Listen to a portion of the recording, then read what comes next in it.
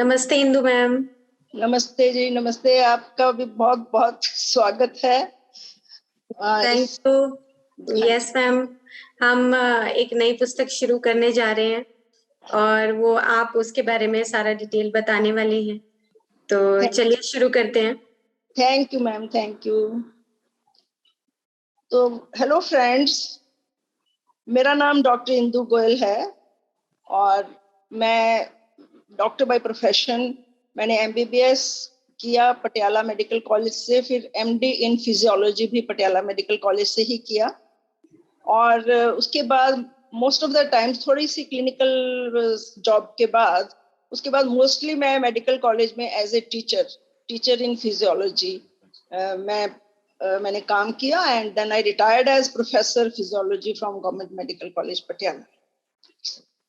Okay. Now I am leading a retired life. उसके बाद मैं थोड़ा यहाँ भी जाती रही, जो इधर कॉलेजेस हैं, जो बीडीएस में भी फिजियोलॉजी पढ़ाई जाती है ना, बीडीएस कॉलेजेस जैसे स्वामी देवी दयाल कॉलेज है, यहाँ भी मैंने टीच किया। और अब मैं बस आप लोगों के साथ ही इस टाइम जुड़ी हुई हूँ।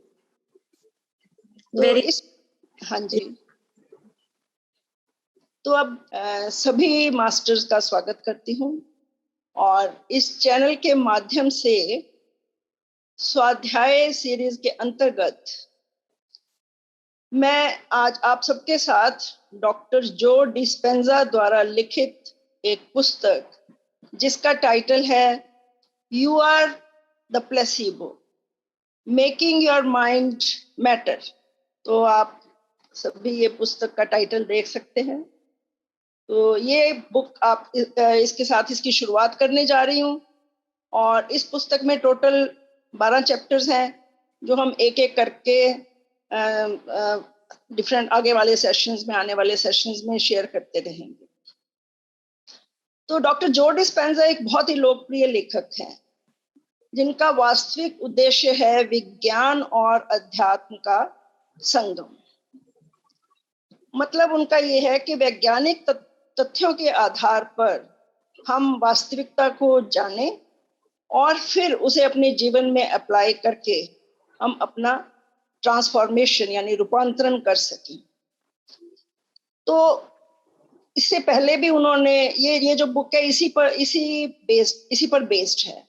इससे पहले भी उनकी 2 पुस्तकें आई हैं। सबसे पहली पुस्तक थी इवॉल्व योर ब्रेन, जो वर्ष 2007 में पब्लिश हुई, और सेकंड पुस्तक थी breaking the habit of being yourself, जो वर्ष 2012 में बेस्ट सेलर रही। और इसके अतिरिक्त उनके CD programs on meditation regarding breaking the habit of being yourself वो भी मार्केट में उपलब्ध है। तो अब ये उनकी तीसरी पुस्तक जो ये है यू आर द प्लेसिबो, ये 2015 में प्रकाशित हुई है और अब तक 2021 में उनका 16th रीप्रिंट आया है। तो अब इस पुस्तक को शुरू करने से पहले सबसे पहले हमें ये जानना है कि प्लेसिबो है क्या, इसका क्या मतलब है। जैसे हम सब जब कोई भी बीमारी से ग्रस्त होते हैं तो डॉक्टर के पास जाते हैं और डॉक्टर हमें एक प्रिस्क्रिप्शन देता है जो मेडिसिन या इंजेक्शन के रूप में होती है, या कोई सर्जरी अगर एडवाइजेबल हो तो वो हमें एडवाइस करते हैं और हमें उस डॉक्टर पर भी विश्वास है, उसकी मेडिसिन पर भी भरोसा है। तो जब हम लेते हैं तो वो ठीक हो जाते हैं। लेकिन वैज्ञानिकों ने उन्होंने ये रिसर्च की और उसमें पाया कि अगर हम प्रॉपर ड्रग्स की जगह एक लाइक ए शुगर पिल, कोई inert substance like a sugar pill या सेलाइन इंजेक्शन वगैरह देते हैं तो उससे भी काफी परसेंटेज ऑफ पेशेंट्स जो हैं वो रोग मुक्त हुए, वो ठीक हुए। तो अब उसका मतलब क्या है, मतलब इसी को प्लेसिबो इफेक्ट कहते हैं। तो इसका मतलब हुआ कि ये लोगों का उसके प्रति विश्वास है उनके अपने डॉक्टर और उसकी प्रिस्क्रिप्शन पर विश्वास है, तभी वो एक प्लेसिबो लेने से रोग मुक्त हुए।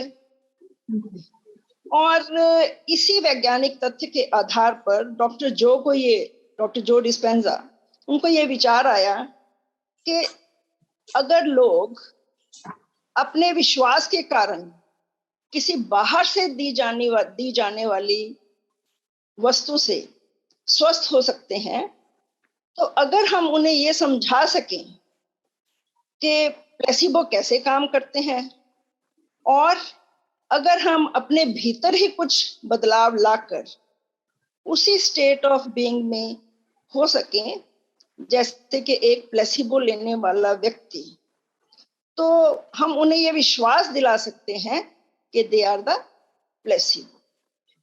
तो मुझे लगता है मैं अब आप सबको ये समझाने में सफल हो गई होंगी कि प्लेसिबो है क्या वास्तव में। तो वास्तव में यह पुस्तक इसी विषय में है, दैट इज एम्पावरिंग यू, आपको अपनी शक्ति का एहसास दिलाना कि आपके अंदर ही वो सब बायोलॉजिकल और न्यूरोलॉजिकल मशीनरी है, वह सब प्राप्त करने के लिए जो आप वास्तव में चाहते हैं।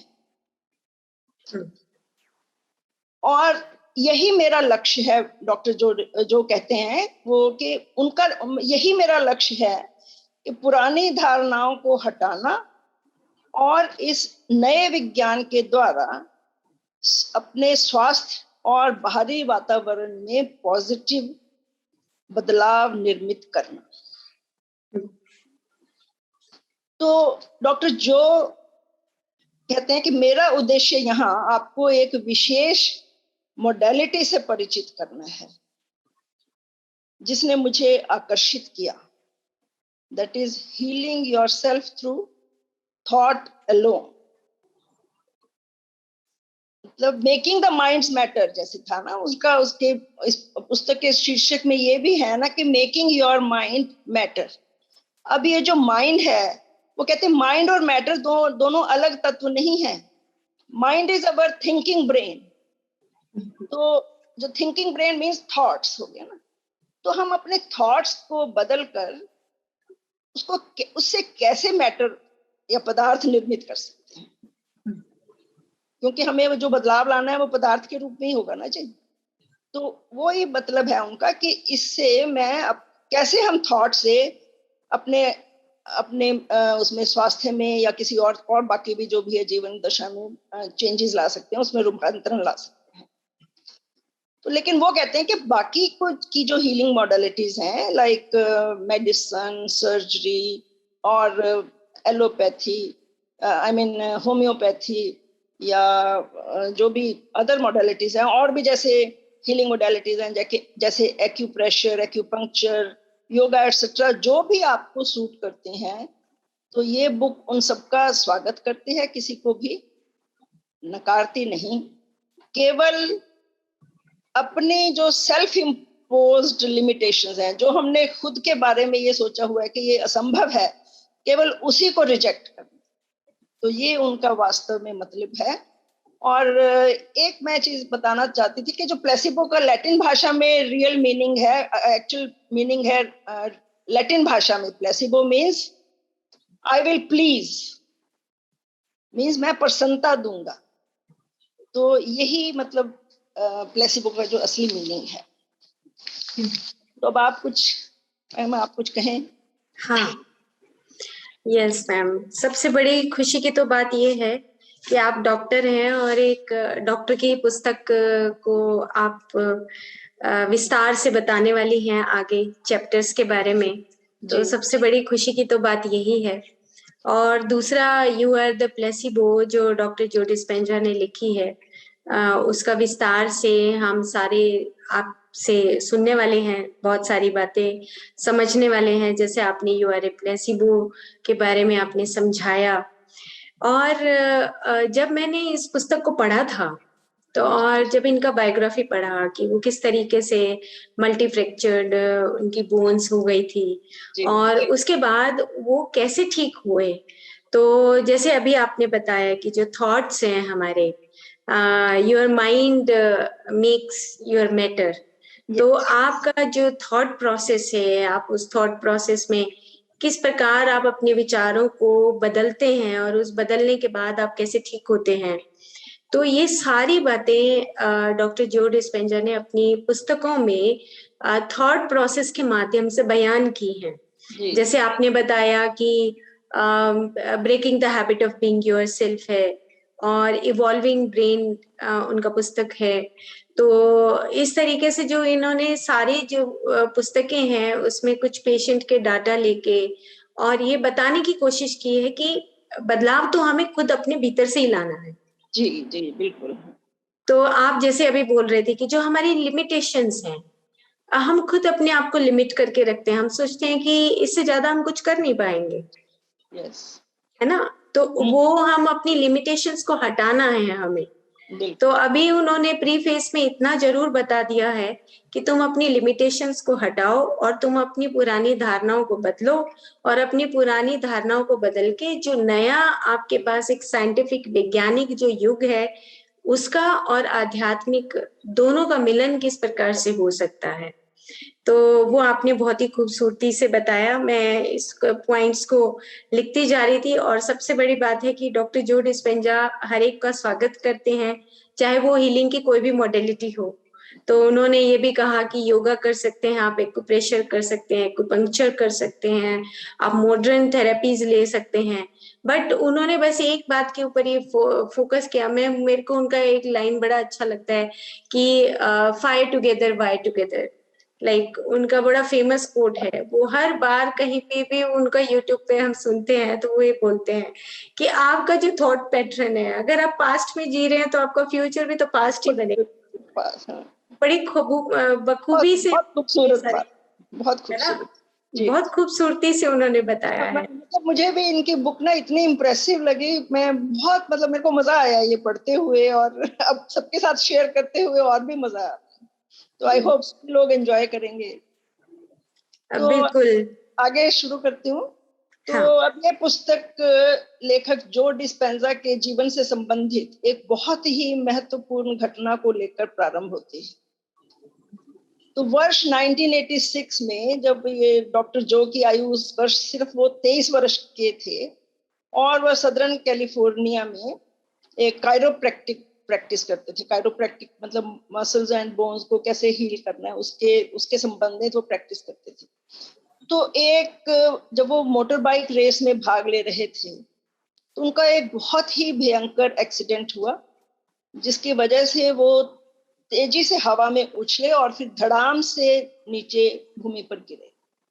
उसके कारण उनके बैकबोन के 6 वर्टिब्रा का कंप्रेशन फ्रैक्चर हो गया।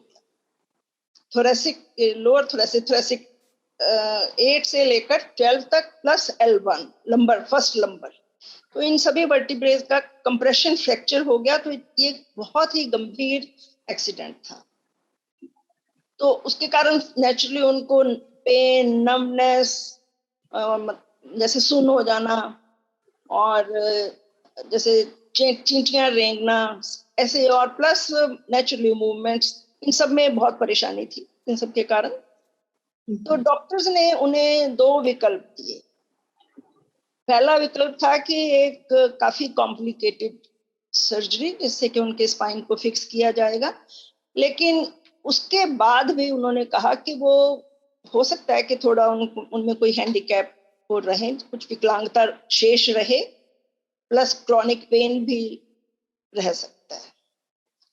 दूसरा विकल्प था कि अगर वो सर्जरी नहीं करवाना चाहते तो उनके हिसाब से ये था कि तो छाती के निचले हिस्से, शरीर के निचले हिस्से का, छाती से नीचे सारी बॉडी का उनका पैरालिसिस, वो that means that is must, वो होगा ही होगा, और उसके कारण वो सदा के लिए हैंडीकैप्ड हो जाएंगे।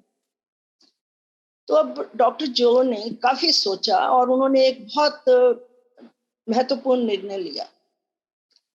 उन्होंने डॉक्टर्स की एडवाइस के, सलाह के विरुद्ध जाकर दूसरा विकल्प चुना, क्योंकि उनका विश्वास था कि एक अदृश्य इंटेलिजेंस, एक इनविजिबल कॉन्शियसनेस हम सबके भीतर है, जो हमें जीवन देती है, हमारा भरण पोषण करती है, हमारा बचाव करती है और हमें हील करती है। यही वह महत्वपूर्ण ऊर्जा है जो लाइफ दो सेल्स, एक ओवम और एक स्पर्म, दो सेल्स के मिलन से शुरू होती है। वो करीब 100 ट्रिलियन स्पेशलाइज्ड सेल्स का निर्माण, 1 trillion is 1000 crore, so we can imagine our body is made up of so many cells. इसी ऊर्जा के द्वारा हमारा हृदय प्रतिदिन हजारों बार धड़कता है। प्रत्येक सेल में हजारों केमिकल रिएक्शंस या रासायनिक क्रियाएं होती रहती हैं और बाकी और भी कई अद्भुत कार्य होते रहते हैं। तो ऑथर कहते हैं कि मैंने स्वयं को समझाया कि जब इतने अद्भुत गुणों वाली सत्ता अगर ये वास्तविक है, तो क्यों ना मैं अपना ध्यान बाहरी जगत से हटाकर अपने भीतर जगत में जाकर इस सत्ता के साथ जुड़ूं और उसके साथ एक मैत्रीपूर्ण संबंध कायम करूं। तो अब वो कहते हैं कि ये सारा उनकी अपनी उनके टेंस में, प्रेजेंट टेंस में ही चलेगा। तो वो कहते हैं कि अब मुझे इस ज्ञान को वास्तविकता में बदलना था, मीन्स स्वस्थ होने के सच्चे अनुभव में। तो वो कहते हैं मैंने कुछ महत्वपूर्ण निर्णय लिए। नंबर 1 कि मैं इस भीतरी इंटेलिजेंस के प्रति होशपूर्ण ध्यान प्रतिदिन करूंगा और उसके लिए एक स्पेसिफिक प्लान, मतलब एक विशिष्ट रूपरेखा और एक विजन दूंगा। नंबर 2, मैं इस असीमित शक्ति वाले greater mind we understand it has got infinite possibilities. So इस असीमित शक्ति वाले ग्रेटर माइंड के प्रति स्वयं को हील करने के लिए समर्पित कर दूंगा। और तीसरी बात जो बहुत महत्वपूर्ण है कि जो अनुभव मैं नहीं चाहता उसके लिए एक भी विचार मेरी अवेयरनेस में नहीं आएगा। ये भी एक बहुत महत्वपूर्ण बात है। तो यही सब सोचकर मैं हॉस्पिटल छोड़कर अपने 2 मिनट आ गया, चाहे 3 महीने रहा, और मैंने निर्णय लिया कि मैं अब अपनी वर्टिब्रा को रिकंस्ट्रक्ट करूंगा एक एक करके। तो इसके लिए मुझे कहते वर्तमान में रहना होगा, जो आपने बताया अभी कि वर्तमान में रहना ही ध्यान है। तो भूत और भविष्य की कोई चिंता नहीं, केवल वर्तमान में रहना, because awareness is paying attention, we know that, we know जहां हम अपनी अटेंशन लेके जाएंगे ऊर्जा वहीं प्रवाहित होगी। तो ये सभी जानते हैं। तो इसलिए उन्होंने ये अपने लिए एक बहुत महत्वपूर्ण निर्णय लिया। तो फिर वो इसीलिए डेली दिन में 2 बार 2-2 घंटे के लिए मेडिटेशन में जाते और अपने इस प्लान को विजुअलाइज करते।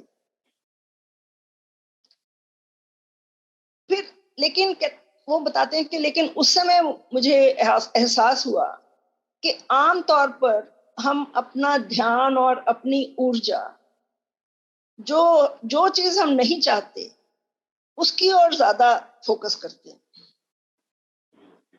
ये एक बहुत सभी के साथ ये घटता है। और फिर वो कहते हैं कि मुझे उन दिनों अपनी मेडिटेशन के दौरान बहुत से नेगेटिव विचार भी आते थे, जैसे कि अगर मैं ऑपरेशन करवा लेता तो शायद अच्छा रहता, या अगर मैं ना स्वस्थ हुआ तो मैं परमानेंटली हैंडीकैप्ड हो जाऊंगा। ऐसे नेगेटिव अनर्गल विचार सभी में आते हैं जब वो जूझ रहा है किसी बहुत भयंकर रोग से। लेकिन फिर इन सबको मैं सबको उसको हटाता अपने विचारों को, और फिर मुझे शुरू से अब वो सारी प्रक्रिया शुरू करनी पड़ती थी, शुरू से ही उसको प्रारंभ करनी पड़ती थी। तो अब फिर वो कहते हैं कि 6 सप्ताह के बाद मुझे ये सफलता मिली जब मैं पूरी तरह रिलैक्स्ड था, नो चैटरिंग माइंड, निर्विचार और शांत। तो अब उस दिन के बाद वो कहते मेरी यात्रा सुगम हो गई और समय भी कम लगने लगा। अब एक और उन्होंने बहुत ही महत्वपूर्ण बात बताई है कि वो कहते हैं कि जैसे एक्सीडेंट से पहले कुछ बातें जिनको मैं ज्यादा महत्व नहीं देता था, जैसे कि सूर्यास्त को नदी के किनारे से उसका दृश्य देखना, एंजॉय करना, सी बीच पर टहलना और ठंडी और नम हवा के झोंके जब चेहरे को स्पर्श करते हैं उसे अनुभव करना, दोस्तों के साथ मस्ती करना, खाना खाना, या फिर इवन के स्नान करते समय जब पानी की बौछार पड़ती है अपने शरीर पर और चेहरे पर, उसका अनुभव करना, इनको पहले कभी मैं उसको कोई खास महत्व नहीं देता था, लेकिन अब इन सब का मेरे लिए एक मीनिंग था, एक अर्थ था, और मैं भाव विभोर होकर उनमें ऐसे खो जाता था जैसे यह सब कुछ अब इस समय घटित हो रहा है। तो अब उसका परिणाम क्या हुआ? उसके परिणाम स्वरूप ये एक दो इंपॉर्टेंट बातें। Number 1 is this intentional future. Intentional means अब मेरा भविष्य, अपेक्षक भविष्य, वो भाव, प्लस एलिवेटेड इमोशंस। जैसे इन्होंने बताया कि ना उस टाइम पे मैं जब फील करता था तो वो एक इमोशनल स्टेट आ गई ना जी। तो प्लस ये जो उच्चतम भाव दशा है जिसे हम एलिवेटेड इमोशन कहते हैं, तो इन दोनों के संगम से मेरे शरीर को यह विश्वास होने लगा कि उसने ऑलरेडी ये सब कुछ पा लिया है, और मेरे सेल्स स्वयं को पहचानने लगे। मैंने नई जीन्स को नए तरीकों से सिग्नल दिए और इसी से धीरे धीरे मेरे शरीर में सुधार होता रहा। और अब एक सबसे महत्वपूर्ण बात डॉक्टर संगीता, जो आप बहुत बार हम सबको बताती हैं, कि अब कहते मुझे क्वांटम फिजिक्स का जो मैं जान रहा था, वो क्वांटम फिजिक्स का एक नियम है कि माइंड और मैटर भिन्न तत्व नहीं। तो ये एक वैसे तो एक बहुत बड़ा टॉपिक है, इसको हम अपने अलग से चैप्टर में डिस्कस करेंगे। तो लेकिन बात ये है कि माइंड से ही मैटर क्रिएट, थॉट से ही मैटर क्रिएट कर सकते हैं, लेकिन उसके लिए जरूरी ये है कि हमारा इंडिविजुअल माइंड प्लस वो ग्रेटर माइंड, वो दोनों मिलकर जब काम करते हैं तभी यह पॉसिबल होता है। वैसे ये बहुत डिटेल्स में है, जैसे वेव्स एंड पार्टिकल्स, वो सब एक ही बात है। वो जब ऐसे ऑसिलेट करते हैं तो पार्टिकल इज पदार्थ, वेव इज एनर्जी। तो ये नेचुरली ये हम बाद में डिटेल में डिस्कस करेंगे, थोड़ा आप भी उस बारे में बता सकती हैं। तो लेकिन ये दोनों जब मिलकर काम करते हैं, मीन्स व्यक्ति और समष्टि दोनों की कॉन्शियसनेस जब मिलकर काम करती है, तभी यह पॉसिबल हो पाता है, कि तभी हम थॉट्स को मटेरियलाइज कर सकते हैं। और इसका मतलब ये है कि अगर देखा जाए तो हम वी कैन क्रिएट, इसका मतलब यही हुआ ना कि हम थॉट्स को बदलकर, थॉट्स के through we can create matter. तो इसका मतलब हम सभी डिवाइन क्रिएटर्स या दिव्य निर्माता है, और इसमें कोई भी, जहां कोई जात पात, रंग भेद, शिक्षित अशिक्षित, कोई लिंग, पुरुष या स्त्री, कोई धर्म, ये सब को मैटर नहीं करता। और वो कहते हैं कि इस ज्ञान से पहली बार मैंने अपने जीवन में स्वयं को ब्लेस्ड महसूस किया। और अब बात यह है कि देखो, ये सब वो कर रहे थे, प्लस अब उन्होंने अपने खाने पीने पे भी ध्यान देना शुरू किया, साथ में और तरह की हीलिंग मोडालिटीज जो होती हैं उनको भी अपने दैनिक कार्यक्रम में जोड़ा। और वो कहते हैं कि मैं अपनी दुर्घटना के 9.5 सप्ताह के बाद उठकर चलने में सफल हुआ, without any plaster, without any surgery. वो उन्होंने खुद को स्वस्थ किया। और 10वें सप्ताह में कहते मैं रोगी देखने लगा, और उसके साथ ही शारीरिक व्यायाम, वेट लिफ्टिंग वगैरह भी उन्होंने शुरू की। और अब कहते दुर्घटना के 3 वर्ष बाद भी अब भी मुझे कोई पीठ दर्द वगैरह नहीं है। तो अब वो बिल्कुल नॉर्मल थे। लेकिन वो कहते हैं कि इस घटना के बाद मैं पहले से बदला हुआ व्यक्ति था। मेरे सामने बहुत प्रश्न थे। मैं कौन हूँ, मैं यहाँ क्या कर रहा हूँ, कहाँ से आया हूँ, मेरे जीवन का उद्देश्य क्या है, ईश्वर क्या है, कौन है। तो ये सभी प्रश्न मेरे सामने थे। तो अब मैं सैंडी को छोड़कर ओलंपिया वॉशिंगटन के नजदीक आ गया, संसार को छोड़कर अध्यात्म की शिक्षा ली।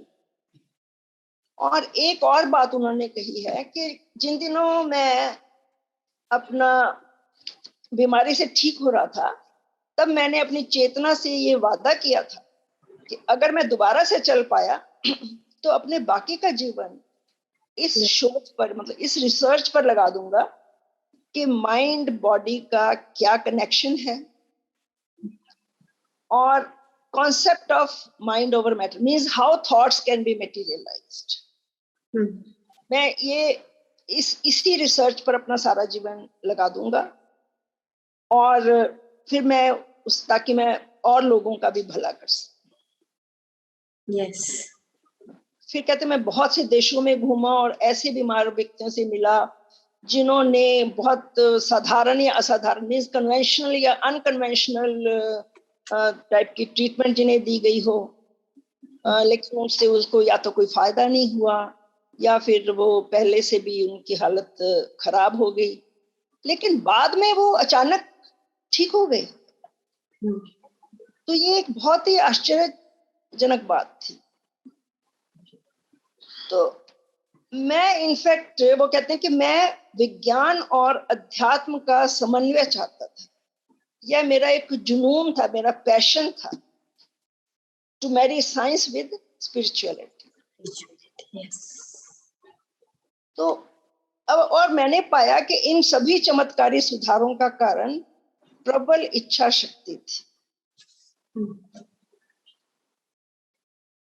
तो वो कहते हैं कि अब मुझे लगने लगा कि अब मैं जान गया हूं कि माइंड को बदलने का क्या विज्ञान है, और अब ये कला मैं बीमार व्यक्तियों को तथा जो लोग अपने पारस्परिक संबंधों से, रिश्तेदारी मतलब रिश्तों से या व्यवसाय से रिलेटेड अपनी जीवन दशा को सुधारना चाहते हैं, मैं अब उनके ऊपर ये सब आजमाऊं, कोशिश करूं। फिर सन 2004 में उन्हें 14 वैज्ञानिकों सहित एक documentary film what the believe do we know उसमें आमंत्रित किया गया, जो एक ओवरनाइट सेंसेशन बन गई। और इसी से प्रेरित होकर उनकी पहली पुस्तक evolve your brain, the science of changing your brain, वर्ष 2007 में प्रकाशित हुई।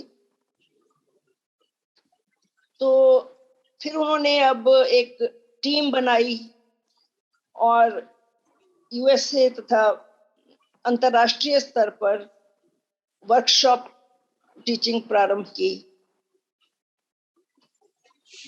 तो वो अब उस वर्कशॉप में वो लोगों को बताते थे कि आपके मस्तिष्क का नर्व नेटवर्क क्या है, नेटवर्क ऑफ नर्व्स वो क्या है, और उसे हम विचारों द्वारा कैसे रीप्रोग्राम कर सकते हैं। इस नेटवर्क की, नर्व नेटवर्क की, हम अपने थॉट्स या विचारों द्वारा कैसे रीप्रोग्राम कर सकते हैं। तो उन्हें ये सब वर्कशॉप्स के बाद काफी अच्छे फीडबैक मिलते थे कि कैसे लोग अपनी विनाशकारी आदतों से छूट पाए और एक सुखी जीवन व्यतीत करने लगे, कैसे उनकी मेडिटेशन द्वारा उनके जीवन में पॉजिटिव चेंजेस आने लगी, और फिर लोगों में ना केवल सब्जेक्टिव बल्कि ऑब्जेक्टिव चेंजेस, ऑब्जेक्टिव मीन जैसे लैब टेस्ट वगैरह, वो उनमें भी चेंजेस आने लगे। यह भी एक बहुत ही महत्वपूर्ण बात थी, एक दिशा और फर्दर दिशा थी कि वाकई ये काम कर रही है अच्छी तरह से, उनका जो ये प्रोसेस है ये काम कर रहा है। तो वो कहते थे कि इन सब चीजों से मैं बहुत उत्तेजित था, क्योंकि मैं जानता था कि कोई भी चीज जो बार बार होती है वो एक साइंटिफिक लॉ बन जाती है। यस जी। और एक उन्होंने बहुत ही आश्चर्यजनक घटना का वर्णन किया है, जिसमें कि एक महिला जो कि बहुत वर्षों से मल्टीपल स्क्लेरोसिस एक ऐसा रोग है, बहुत सारे ऑर्गन्स को इन्वॉल्व करता है और एक तरह से हैंडीकैप्ड हो जाता है पेशेंट, धीरे धीरे हैंडीकैप होता जाता है। और वो महिला एक जो वर्कशॉप में विद हेल्प आई थी, वर्कशॉप के बाद वो बिना किसी सहायता के खुद से चल पाई। तो ये भी एक बहुत महत्वपूर्ण घटना, उन्होंने उसका भी वर्णन किया। और भी खैर बहुत, वो हम थोड़ा सा बाद में उनकी हिस्ट्री में डिस्कस करेंगे।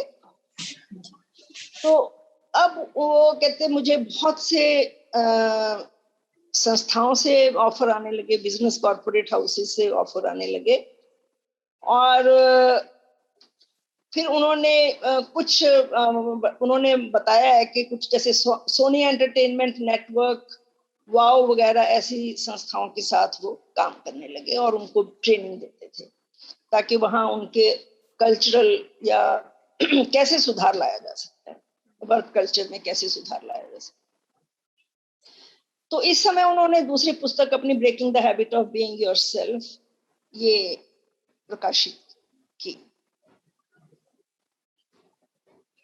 तो अब उनका जो मेन एजेंडा था कि मेडिटेशन द्वारा, एक तो उन्हें ये अनुभव हुआ कि मेडिटेशन द्वारा ये सब इसीलिए पॉसिबल हुआ जो लोग गंभीर बीमारियों से एकदम से मुक्त हुए, बहुत एकदम से मुक्त हुए, तो वो उसका बेसिस था एपिजेनेटिक्स।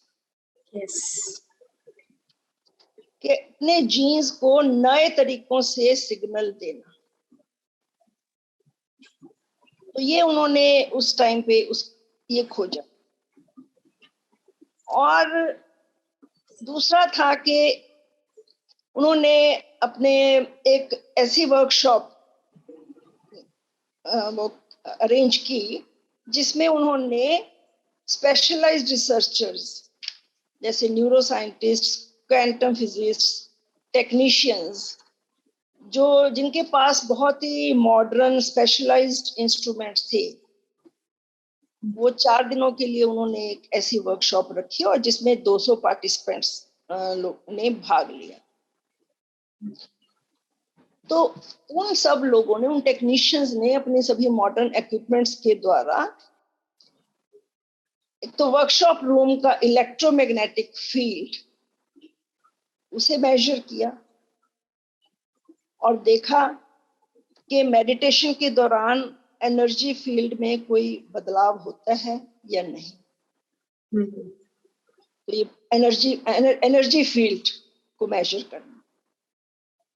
और फिर उन्होंने भाग लेने वालों के शरीर के चारों ओर का एनर्जी फील्ड मेजर किया, प्लस उनके जो ये चक्रास हैं, एनर्जी सेंटर्स हैं, उनका भी एनर्जी फील्ड मेजर किया, ये जानने के लिए कि क्या ये उनके इससे इसके द्वारा वो अपने चक्रों को प्रभावित कर सकते हैं। तो ये जो इसके लिए जो उन्होंने इंस्ट्रूमेंट्स, जो मॉडर्न इंस्ट्रूमेंट्स, मॉडर्न ये जो उपयोग किए, वो एक तो है ईईजी मशीन, जो है इलेक्ट्रोएन्सेफलोग्राफी, जिससे हम ब्रेन की इलेक्ट्रिकल एक्टिविटी, तो वो डिफरेंट वेव्स के रूप में जो प्रकट होती हैं, तो ये भी नेचुरली एक अलग से भिन्न चैप्टर है जो हम बाद में डिस्कस करेंगे। तो EEG plus QEEG, that is quantitative electroencephalography, means उस EEG डाटा का कंप्यूटराइज्ड जो विश्लेषण होता है उसे कहते हैं QEEG। फिर एक है हार्ट रेट वेरिएबिलिटी, जिससे हम ब्रेन और हार्ट के बीच में जो कम्युनिकेशन है, जो संबंध है, उसका हम अनुमान लगा सकते हैं। और ये जो एक गैस डिस्चार्ज विजुअलाइजेशन, वो ये है कि changes in bio energetic field, उसको मेजर करने के लिए ये उनके एक तरह से स्पेशलाइज्ड इंस्ट्रूमेंट्स थे। तो उन्होंने जो भाग ले रहे थे, उनका इवेंट से पहले भी और इवेंट के बाद में भी ब्रेन स्कैन किए। उन्होंने बाद में कलर्ड ब्रेन स्कैन भी लिए, उनकी पिक्चर्स इनकी बुक में काफी हैं, उन्होंने दी हुई हैं, यह जानने के लिए कि उनके मस्तिष्क के आंतरिक संसार में क्या हो रहा है। और इससे उनको काफी आश्चर्यजनक परिणाम मिले। जैसे एक पार्किंसंस डिजीज का पेशेंट, उसके ट्रेमर्स खत्म हो गए, ब्रेन इंजरी का पेशेंट ठीक हो गया, और जिन लोगों के ब्रेन और बॉडी में ट्यूमर्स थे वो गायब हो गए। आर्थराइटिस के पेशेंट्स को दर्द से मुक्ति मिली। तो उन्होंने जो ये डिस्क्राइब किया है अपने पेशेंट्स की, उन्होंने डिटेल में डिस्क्रिप्शन भी दी हुई है। तो उनका मानना है कि जब हम ऐसे कुछ लोगों की स्टोरीज शेयर करते हैं तो उससे हमें लाभ होता है, क्योंकि हमारा विश्वास और दृढ़ हो जाता है। हमें लगने लग जाता है कि जब साधारण व्यक्ति, वो भी कोई असाधारण उपलब्धि प्राप्त कर सकता है। ये एक तरह से उनको ये नहीं लगता कि ये चमत्कारिक ये जो उपलब्धियां हैं कि वो कोई भी, इसका मतलब कोई भी उनका आनंद ले सकता है, उनको प्राप्त कर सकता है। तो अब वो कहते हैं कि इस ऐसी वर्कशॉप का मेरा तात्पर्य यही था कि मैं लोगों को वैज्ञानिक सूचना दे सकूं और फिर उनको ये समझा सकूं कि कैसे इसे अपने जीवन में अप्लाई करके पर्सनल ट्रांसफॉर्मेशन, अपने व्यक्तिगत रूपांतरण हम कर सकते हैं। तो उनका मानना है कि विज्ञान, और हम सब भी मानते हैं वास्तव में, कि विज्ञान अध्यात्म की सहकारिणी भाषा है। Science is after all the contemporary language of mysticism. क्योंकि जैसे ही अगर कोई, जैसे कोई धर्म की भाषा बोलने लगता है, कोई भी अगर कोई प्रीच करते हैं, जैसे कोई भी, तो उससे क्या होता है कि आपके जो फॉलोअर्स हैं, जो आपके अनुयायी हैं, वो बढ़ जाते हैं। धर्म के लेवल पे नेचुरली वो डिवाइड वाली पॉलिसी आ जाती है, सोशल में, सोसाइटी में डिवीजन आ जाते हैं। लोग अपने ही कास्ट या कुछ भी कह लो, अपना ही धर्म, उसको फॉलो करते हैं मेनली। लेकिन विज्ञान उन्हें बेसिकली जोड़ता है। तो और वो रहस्य से पर्दा उठाने में संभव है। तो ये मतलब सारा कुछ मैंने उनको आपको भूमिका में बताया है।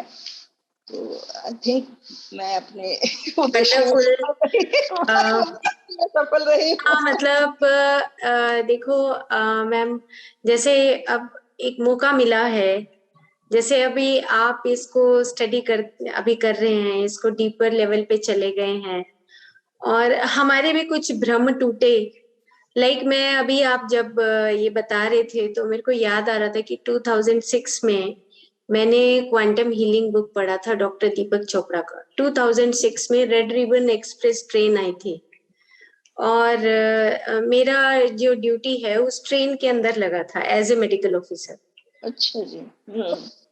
उस वक्त मेरा जो लाइब्रेरी था ना, लाइब्रेरी में मेरी एनाटॉमी, फिजियो, पैथोलॉजी, ये सारी डिक्शनरीज और ये सारी बुक्स रहती थी।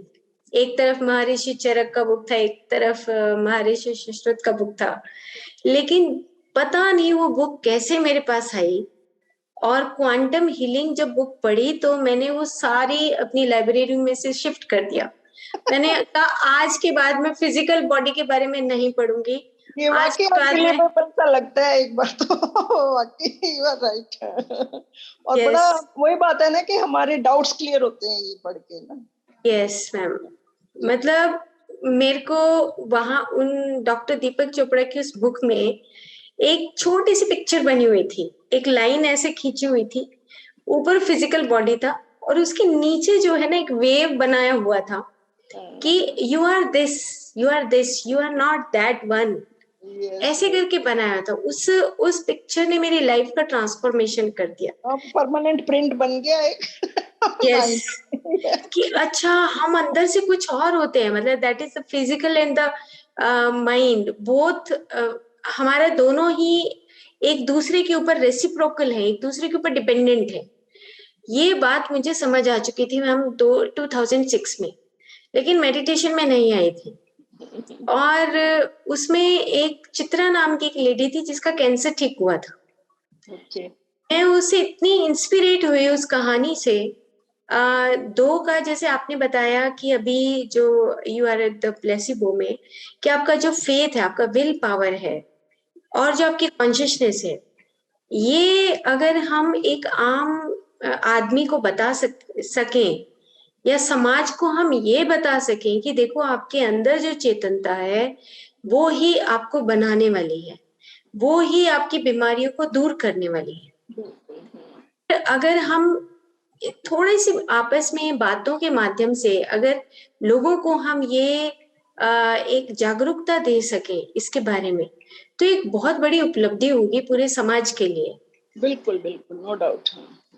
तो अब आपके माध्यम से जब ये पुस्तक लोगों के पास जाएगी, और एक बहुत साधारण भाषा में जाएगी, और लोगों को पता लगेगा कि इतना जो बड़ा डॉक्टर है, डॉक्टर जो डिस्पेंजा जैसे डॉक्टर्स कितने, जैसे वी आपने what the believe do we know जो पिक्चर का नाम लिया, इसमें बहुत सारे साइंटिस्ट ने काम किया, डॉक्टर अमित गोस्वामी ने भी काम किया, और जे नाइट ने भी काम किया, ग्रेग ब्रेडन ने भी काम किया, डॉक्टर जो डिस्पेंजा ने भी काम किया, बहुत सारे साइंटिस्ट ने मिलके काम किया कि तुम जो अंदर से हो तुम जान नहीं पा रहे हो कि तुम कौन हो, तुम रियल में फिजिकल कहीं अटके हुए हो अभी। तो उसको अब हम आप जैसे साधारण भाषा में बताओगे तो लोगों को एक एंथुसियाज्म मिलेगा, अरे मैं बिना दवाई के भी ठीक हो सकता हूँ,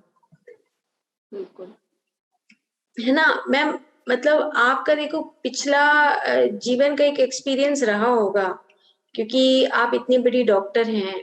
मतलब हम भी लोगों को देखते हैं, लोगों के पास मतलब दवाई के पैसे नहीं है, इतना कॉस्टली है, और एक माइंडसेट भी है लोगों का कि वो माइंडसेट ये है कि भाई मैं गोली खाऊंगा तभी ठीक होऊंगा।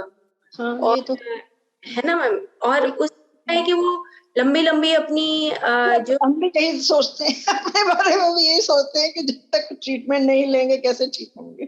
कैसे ठीक होंगे, वो एक माइंडसेट बन जाता है ना, पैटर्न बन गया। और जबकि अभी डॉक्टर जो डिस्पेंजा कह रहे हैं कि देखो 2 सेल से, आपके स्पर्म और ओवम से आपका कितना कितना सेल्स मल्टीप्लाई होता है, और सबका अलग अलग जो रूप है, सब अलग अलग रूप में, अपना कोई लिवर बन जाता है, कोई पेनक्रियास बन जाता है, सब अलग अलग डिजाइन फॉर्म कर लेते हैं। तो इस प्रकार से मतलब कितना खूबसूरत बात है कि हम अपने अंदर जो हमारी कॉन्शियसनेस है या जो हमारा थॉट प्रोसेस है, हम उसी से ठीक हो सकते हैं। तो हमने अपना माइंड चेंज किया नहीं, हमारा मैटर चेंज हुआ नहीं। हमने अपना मन बदला नहीं, हमारा स्थूल शरीर ठीक हुआ नहीं। तो बस इतनी सी बात है कि सारा कुछ जो कहते हैं ना कि जो छुपा, जो राज है, वो सारा हमारे मन में छुपा हुआ है और उसी को हम ठीक कर सकते हैं। बिल्कुल, यस। तो thank you so much ma'am. आपने वही कहते हैं ना कि वो हम सब डिवाइन क्रिएटर्स हैं, तो ये लाइन भी काफी अपने आप को एक बकअप करने वाली लाइन है कि yes we can do. Yes can do, yes definitely. और लोगों को बदलोगे ना मैम, जब आपके पास आएंगे ना व्यूज आएंगे कि हाँ मेरे अंदर बदलाव आ रहा है, तो वो ना आनंद की अनुभूति जो अभी आप बोल रहे थे कि जो डॉक्टर जो डिस्पेंजा को लगा कि मैं बहुत ही ब्लेस्ड हूँ, आज की डेट में मैं बहुत लकी हूँ और मैंने अपना जीवन इस काम के लिए लगाना है, तो वो अपने आप को ब्लेस और जो हैप्पीनेस की कंटेंडेंट जो फीलिंग, वो एक अजीब अजीब मतलब तरह का एक नशा है। यस, एक अद्भुत आनंद होगा वो, राइट। अद्भुत आनंद है और वो हम लोगों को दे पाए तो इट्स ए वंडरफुल टाइम। और हमारा ये पहला जो एपिसोड है wonderful, thank you so much ma'am कि हम आगे काम करके बहुत अच्छा लग रहा है, बहुत ही अच्छा लग रहा है। आपने बहुत अच्छी पुस्तक मुझे दी है और मेरे इंटरेस्ट की, जो मेरे पर्सनल, क्योंकि मुझे मेरा न्यूरोफिजियोलॉजी मेरा फेवरेट टॉपिक है सदा ही। और ये मुझे बहुत मजा आया, really thank you so much. आपके माध्यम से ये एक एक बात है ना लोगों के जहन में उतरनी चाहिए बस और ऐसा हो कि सब ठीक हो जाए, बिल्कुल बीमारी खत्म ही हो जाए। बिल्कुल हाँ, एक ऐसी सोसाइटी बिल्कुल हंसती खेलती मौज मस्ती करती सोसाइटी चाहिए, है ना? Right you are. Thank you ma'am, thank you so much, नमस्कार सभी का, सभी दोस्तों का बहुत बहुत धन्यवाद। Thank you so much.